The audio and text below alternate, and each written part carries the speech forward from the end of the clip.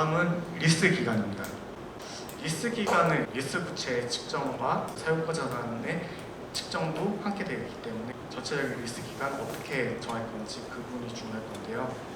리스 기간의 정의는 기초자산 사용권을 갖는 해지 분능 기간과 선택권 기간을 포함하는 기간이라고 정의되어 있습니다. 그러면 해지 분능 기간은 뭐냐? 1116호에서는 정확한 해지 분능 기간에 대한 정의가 설명되어 있지 않는데요. 과거 기준서인 1017호에서는 발생할 가능성이 희박한 우발 사항이 나타나는 경우를 제외하고서는 해지할 수 없는 리스를 해지 분능 리스라고 설명합니다. 그래서 해지할 수 없는 리스 기간을 해지 분능 기간이라고 보시면 될 것 같고, 여기에 선택권 기간, 리스 이용자의 선택권 기간을 더하게 됩니다. 그러면 포함되는 선택권 기간은 연장 선택권과 종료 선택권 이 두 가지가 있는데요. 이것도 물론 추정의 영역입니다. 연장 선택권의 경우에서는 연장할 것이 상당히 확실한 경우에 그 기간을 포함하게끔 되어 있고요. 그리고 종료 선택권의 경우에서는 종료하지 않을 것이 상당히 확실한 경우 리스 기간에 포함하게 되어 있습니다. 기준서에서는 이런 리스 기간을 산정하기 위해서 집행 가능한 기간이라는 용어를 사용하는데요. 우선 보시면 기초자산을 사용할 기간에 대한 기업의 합리적인 예상을 반영해야 되고요. 그런 예상을 반영해야지 가장 유용한 정보를 제공한다고 얘기하고 있습니다.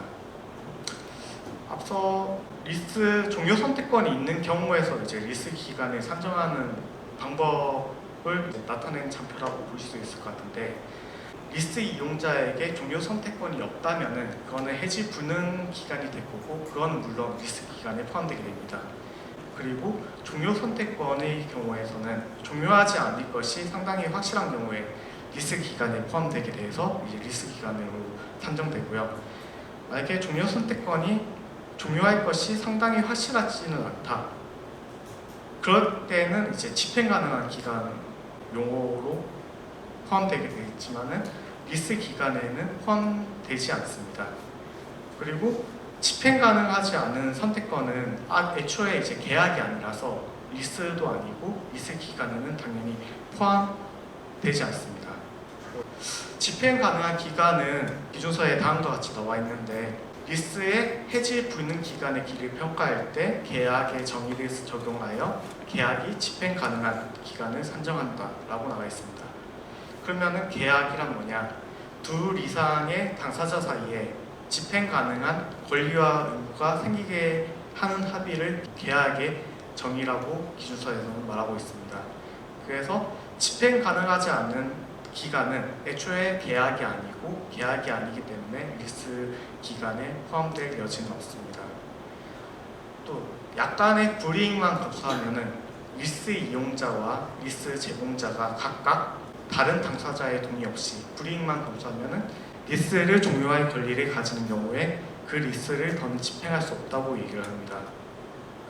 약간의 불이익만 감수하면은 리스를 종료할 수 있다. 이러한 경우에서는 리스는 집행할 수 없고 리스 기간에 포함되지 않는다. 그럼 약간의 불이익이 뭐냐?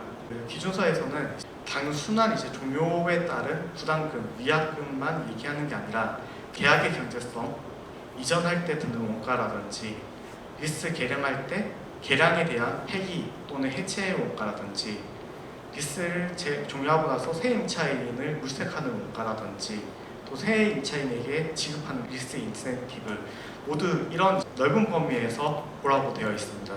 이러한 리스 불이익을 감수했을 때 종료할 권리를 가진다면은 그 리스는 더는 집행할 수 없다라고 얘기하고 있습니다. 근데 각각이라고 했었는데요. 만약에 한 당사자만 그 불이익만 감수하면은 리스 종료할 수 있는 권리가 있을 때, 이때는 집행 가능한 기간을 벗어나지 못한다. 마지막으로 집행 가능한지 판단할 때에는 법률이나 판례를 참고할 수 있다고 되어 있습니다. 예를 들어서 상가 임대차 같은 경우에 상가 임대차 기간 같은 거는 법률에 나와 있는데, 그런 기간도 함께 고려해서 이 기간을 산정하라는 뜻으로 보시면 될 것 같습니다. 종료 선택권에 대한 세 가지 리스 이용자, 리스 제공자, 그리고 두 당사자 모두 종료 선택권을 보유하고 있을 때 리스 회계 처리가 어떻게 달라지는지 나와 있는 좌표인데요. 만약에 종료 선택권을 리스 이용자만 가지고 있다. 그러면 종료 선택권을 행사하지 않을 것이 상당히 확실한 기간은 리스 기간에 포함되게 되어 있습니다. 만약에 리스 제공자만 종료 선택권을 보유하고 있다면 리스 이용자의 선택권이 아니기 때문에 해지 불능 기간에 포함시키라고 되어 있습니다. 그리고 당사자 모두 종료 선택권이 있을 때 앞서 말씀드렸다시피 약간의 불이익만 감수한다면 리스를 종료할 수 있는 권리를 가진 기간은 집행 가능성이 없고 포함하지 말라고 되어 있습니다. 이 선택권의 행사 가능성을 판단하는 것은 추정의 영역, 판단의 영역이라고 말씀드렸는데요. 예를 들어서 다음과 같은 경우를 검토하면서 판단하실 수 있을 것 같습니다. 오른쪽 비고를 보시면은 리스 지급액, 변동 리스료, 종료 부담금 이런 계약 조건을 현재 시장률과 비교해서 유리한지 불리한지 리스를 연장할 건지 종료할 건지 그렇게 판단할 수 있고, 그리고 리스 연장 또는 종료 선택권이나 매수 선택권을 행사할 수 있게 될 때 경제적 효익을 줄 것으로 예상되는 리스 계량 이 부분도 판단할 같이 고려할 수 있고요. 그리고 협상원가, 재배치 원가 이런 원가의 리스 종료와 관련된 원가를 고려해서 행사가 가능한지 판단할 수 있으시겠고요. 그다음에 기초자산이 특수한지 다른 데로 옮길 수 있는지 그 입지가 맞는지, 그다음에 대체자산의 사용 가능성을 같이 고려해서 그 리스를 종료할 수 있는지 연장할 수 있는지 이런 부분들도 고려할 수 있고요. 그리고 조건이 충족되는 경우에만 선택권을 행사할 수 있는 경우, 이런 경우에 그 조건이 충족되지 않는다면 선택권을 행사할 수 없기 때문에 이런 부분들도 함께 고려하게끔 되어 있습니다.